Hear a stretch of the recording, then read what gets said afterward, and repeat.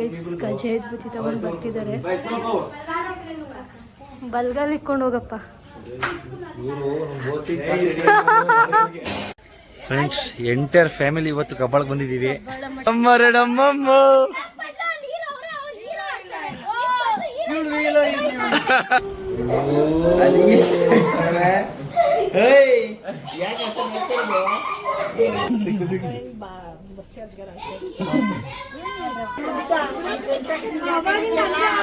DC ಆಡ್ಕೊತಾರ ಅಷ್ಟದಿಂದ.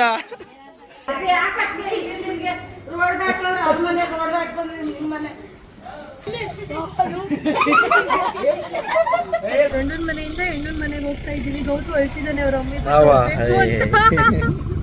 ಓ ಇಷ್ಟೊಂದು ಕೊಡ್ತಿದ್ರೆ gift ಅದಾಗೆ. Thank you so much. ಬೆಂಕಿ ತೋರ್ಬಿಟ್ಟು ಯಾರು ಕೊಡ್ತದೆ ಬೇಡ ಅಲ್ಲ.